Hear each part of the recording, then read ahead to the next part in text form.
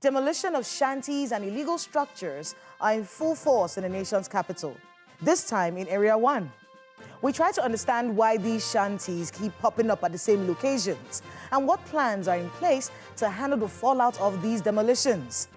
We try to understand the Abuja master plan, how many people the nation's capital is supposed to cater for, and what the plan is for the population explosion we are already experiencing here. Does the master plan cater to this situation? And as we do every week, we update you on the front burner stories from Nigeria's seat of power. Ladies and gentlemen, this is Dateline Abuja.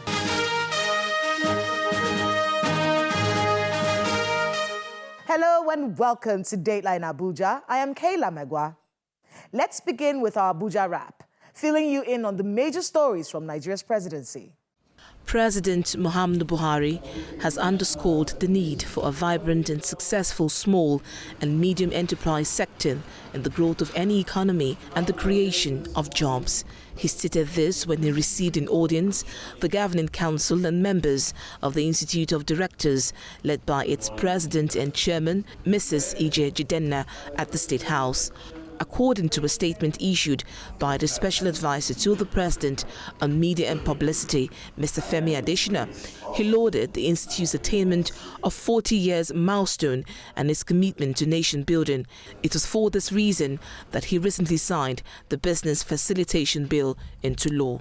It is also my pleasure to share with you that your visit comes just a month after I signed into law the Business Facilitation Bill, which eases various constraints for micro, small, and medium-sized enterprises.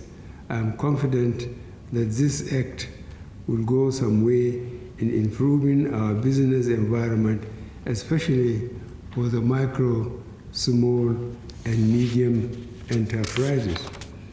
President Muhammadu Buhari has indicated a wish to see the foundation laid by his administration in the war against graft sustained by successive governments in the country. The president gave the indication when he met with the management of the Code of Conduct Tribunal, led by its chairman, Danladi Yakubu Umar, at the State House. He maintains that corruption has remained an existential threat to nations, while recognizing the sacrifices made by the Code of Conduct Tribunal, headed by its chairman, Danladi Umar, and other similar agencies amidst the stiff economic and revenue shortages. It is our hope that the foundation which has been laid by this administration will be carried forward and continued, as the issue of corruption remains an existential threat to all nations. We recognize the sacrifices being made by this tribunal and similar agencies in the midst of very challenging economic and revenue shortages. Barely 3 months to the expiration of the June deadline to commence a discontinuation of petrol subsidy, the Minister of State for Budget and National Planning, Mr. Clem Agba, has stated that the committees are still working to harmonize discussions on palliative measures. For over a year plus now, His Excellency the Vice President has been leading a committee working on this. The National Economic Council also has a committee that has also been working on this. So the stage that we are is how to finalize, the suggestions that have come up from both sides, both from the federal government side and from the governor's side. What Nigeria does with its youthful population will determine the country's future. That was the sentiment shared by the president of the African Development Bank, Mr. Akinwumi Adesina, at the official launch of the Investment in Digital and Creative Enterprises program at the banquet hall of the State House in Abuja. Delivering his keynote address, the Vice President, Professor Yemi Osibajo, commends Nigeria's private sector for its investment in startups, insisting that more must be done by the government to provide the enabling environment for startups to thrive. I think it's now imperative to commence a coordinated approach towards innovation on the continent, bringing together all stakeholders to coordinate efforts at scaling up investments and building programs that provide the right enabling environment and produce talent pipelines that support the growth of innovation on the continent. Workers of the Nigerian Social Insurance Trust Fund, NSITF, have shut down its head office in Abuja over an alleged delay in the implementation of the salary adjustment. The protesting staff are threatening to embark on a strike unless the federal government urgently intervenes. However, the managing director of the fund, Mrs. Maureen Alagwa, says over 50% increase in salary was implemented as part of his efforts to make their welfare better. There have been some increases they have enjoyed, most recently this year, with the housing differential that existed. There was a housing differential such that the outstation staff, who are our foot soldiers, were receiving half of what Abuja staff were receiving as housing allowance. And we were able to bridge that gap and make sure that that differential was no longer applicable. So that was like a 50% increase in what they're used to taking home. I would really want to appeal to them and also for them to understand that this is not the way forward. The Voter Drive Coalition is asking the Independent National Electoral Commission (INEC) to fully utilize the BVAS machine and ensure poll unit materials arrive on time to avoid the issues in the 2023 presidential election. The president of Ready to Lead Africa, Mr. Godbless Otobore, made this observation during the pre-election assessment report in Abuja.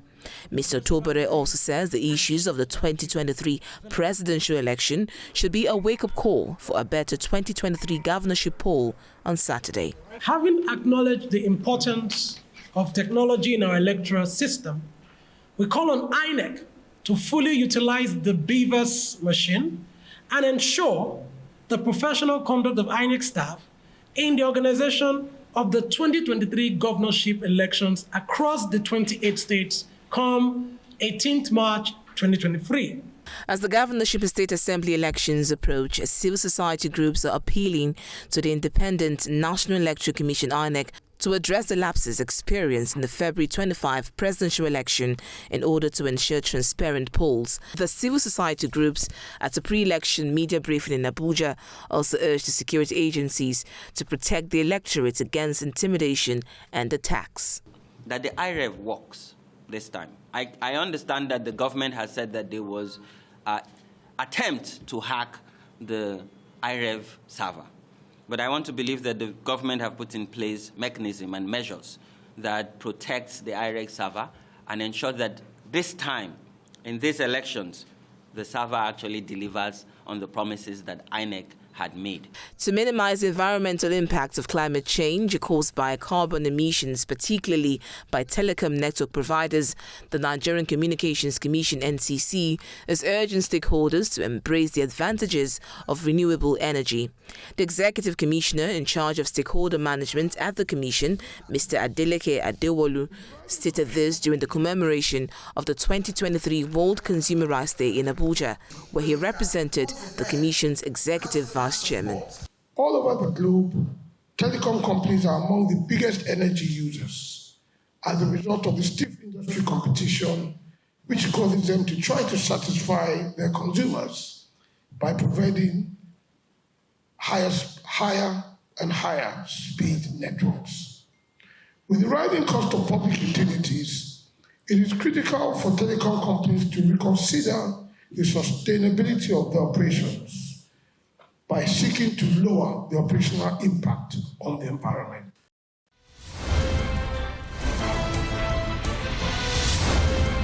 Welcome back. I have to say it. When we cried out here on Dateline Abuja, the FCTA administration listened to a very large extent. But my fingers are still crossed. These heavy rains we're expecting will probably test the implementation of those mass demolitions of houses on floodplains, the reinforcements put in gullies and the newly built bridges.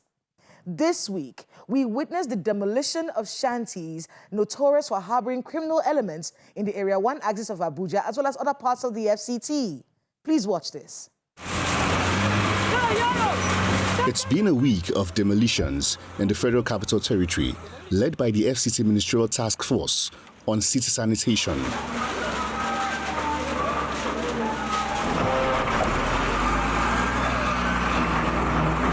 Beginning with these shanties behind the old secretariat, where the shanties residents scramble to save what they can before the bulldozers level their makeshift homes.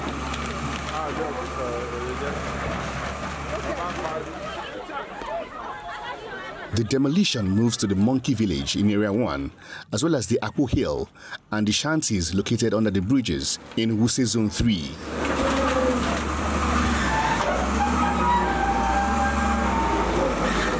If you observe, there have been complaints of bag snatching, there have been complaints of phone snatching along this corridor, stretching up to the central mosques and even beyond towards the Federal Secretariat area.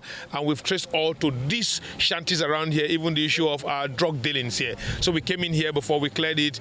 Today we actually had to stop over here. We have to start from here and do something very, very comprehensive. To have this at the heart of the city is not acceptable at all. So we had to remove everything here and believing that having sacked all of these communities around here, these illegal shanties and bachas here, we hope that the criminal rate, the rate at which criminals actually come from under the bridges and attack persons, stealing bags, snatching phone and others, will be reduced across the federal capital city.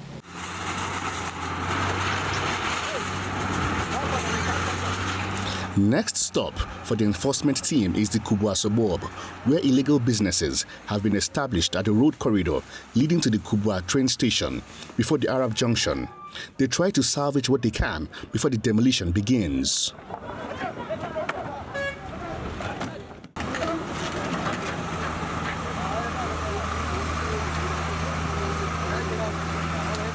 As you can see, the road corridor of the Onyx, up to this road that links you to the railway, is full with illegal traders, considering various forms of traders, ranging from vulcanizers, sales of vegetables and other illegal commercial activities.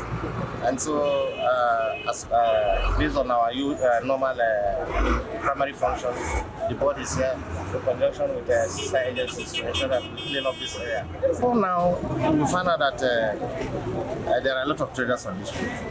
And you know the implication when you have some of these illegal activities, it reduces the free flow of traffic at the congestion. A journey of maybe 5 minutes, it takes you more than an hour. So, and then you see it only impacts on the environment negatively.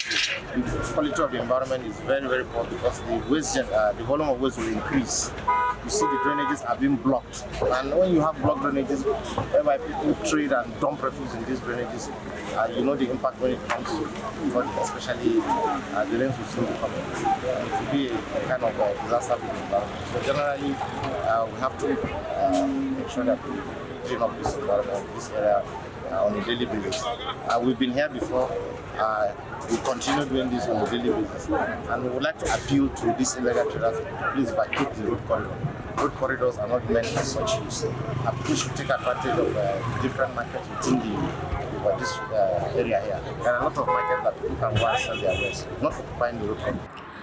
Despite being the seat of power, which implies higher security presence, the FCT has been in the news for all the negative security reasons, ranging from kidnappings to robberies, and these illegal structures are believed to be the main hideouts of these criminals. And it's not only these shanties the FCT administration believe aid the activity of criminal elements.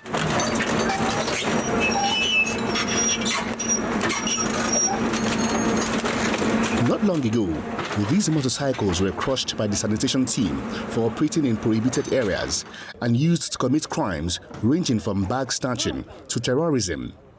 These demolition exercises continue as the shanties keep springing up at the same location.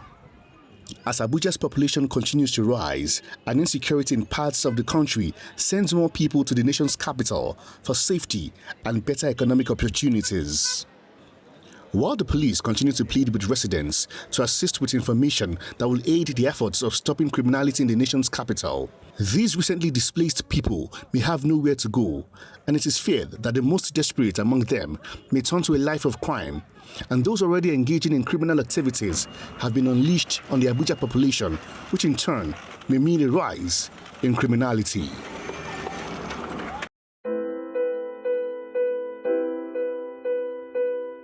Thanks for staying with us. My guest on the program is Mr. Mukhtar Galadima, the custodian of the Abuja Master Plan and Director, Department of Development Control for the FCT administration. He talks to us about a lot of the things that are going on in the FCT, the demolitions, and we try to get to the end game of the Abuja Master Plan. What can be done about districts with almost zero infrastructure, and how the plan can cater to the population explosion in the nation's capital.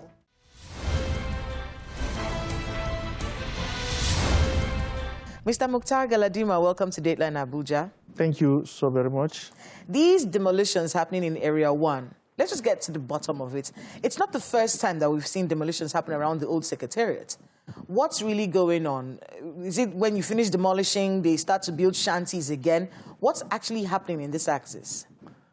Thank you once again. You see, when you mention demolition, people would think something terrible is happening. No, what we are doing now is trying to bring insanity into the physical fabrics of the city. And we are not limiting it to just Area 1 Secretariat alone.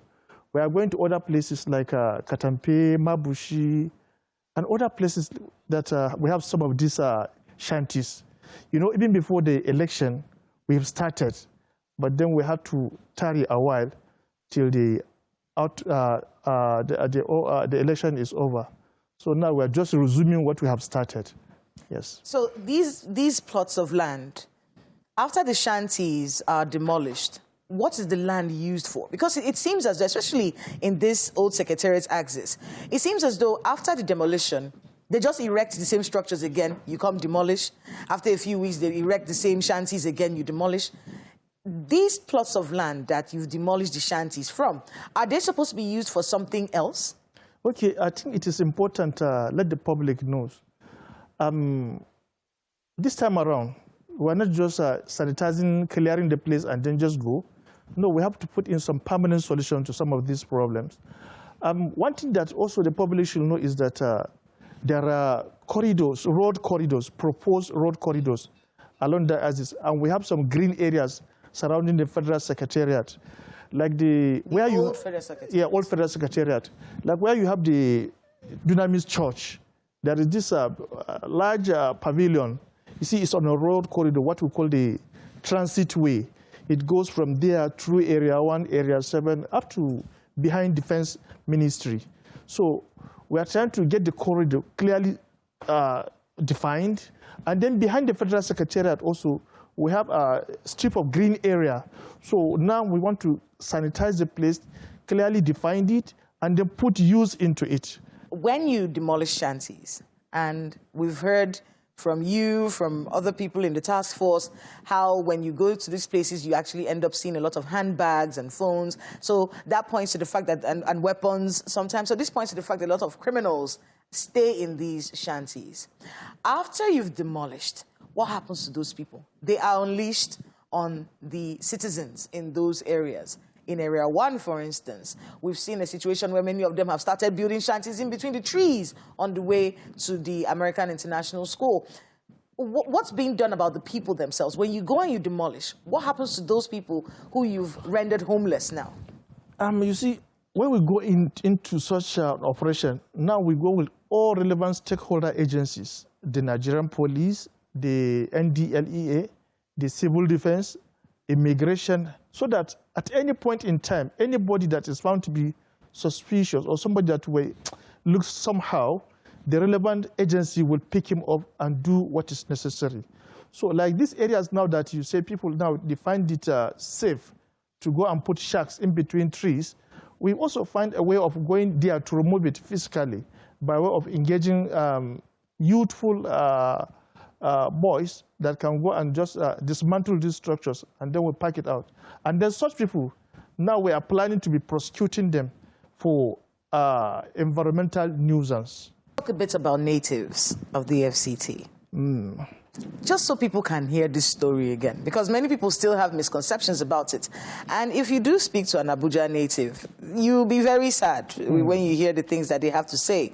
Questions about this place being referred to as no man's land in many of their hearts takes away from the history of their people. They may make up just about 9 to 10% of the population, but, you know, there's something about a person and the person's history.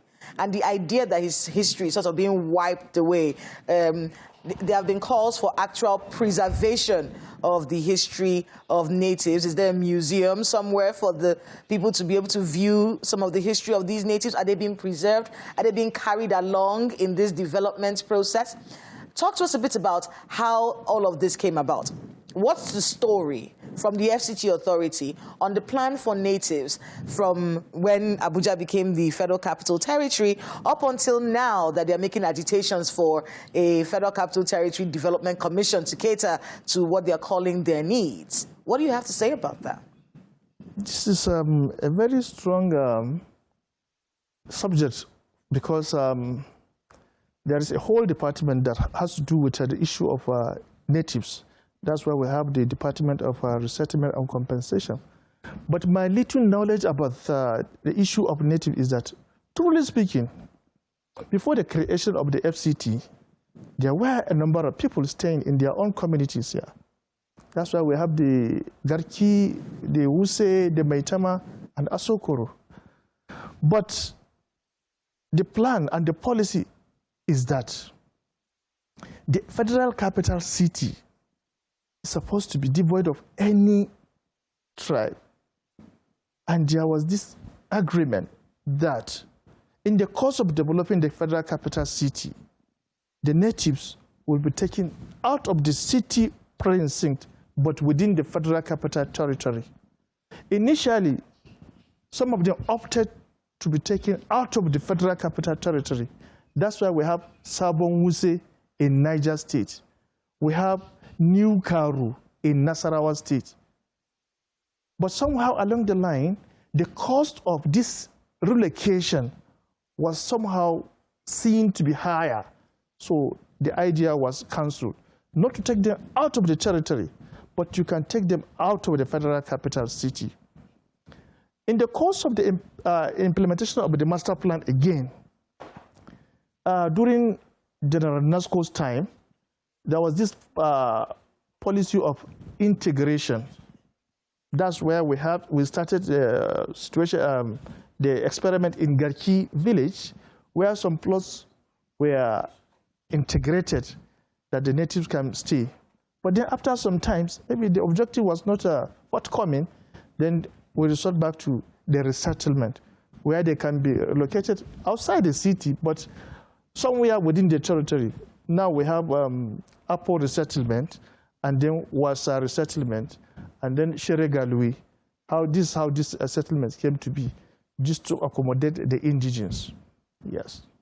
So, what do you make of their complaints still? Because from what you said, it's almost as though, look, this has been sorted out, but they still have a lot of agitations. They still feel like they're not given the kind of representation that they need. They feel like they're not being carried along in this Abuja master plan. What you say is agitation, which I believe this is a democratic era. They can make cases, they can table their motions in the House of Representatives, in the Senate, so that this matter can be looked into. Well, unfortunately, that's all the time we have for today's interview. But I want to thank you so much, Mr. Mukhtar Galadima, for making out the time to be here with us. And good luck with all the work you have ahead of you. Thank you so much. It's always my pleasure.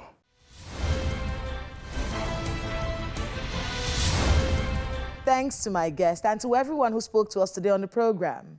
The metro area population of Abuja in 2022, according to the National Bureau of Statistics, was 3,652,000, a 5.43% increase from 2021. And that's just the metro area. The United Nations estimates that in 2032, that figure could hit 5.5 million people. Listening to my guest, I get the feeling that the planning for the nation's capital is one that should continue to evolve. And he did say the realities of our country are reflected in this Abuja master plan. Subsequent administrations must bear this in mind and provide the necessary political will to ensure we have the Abuja of our dreams.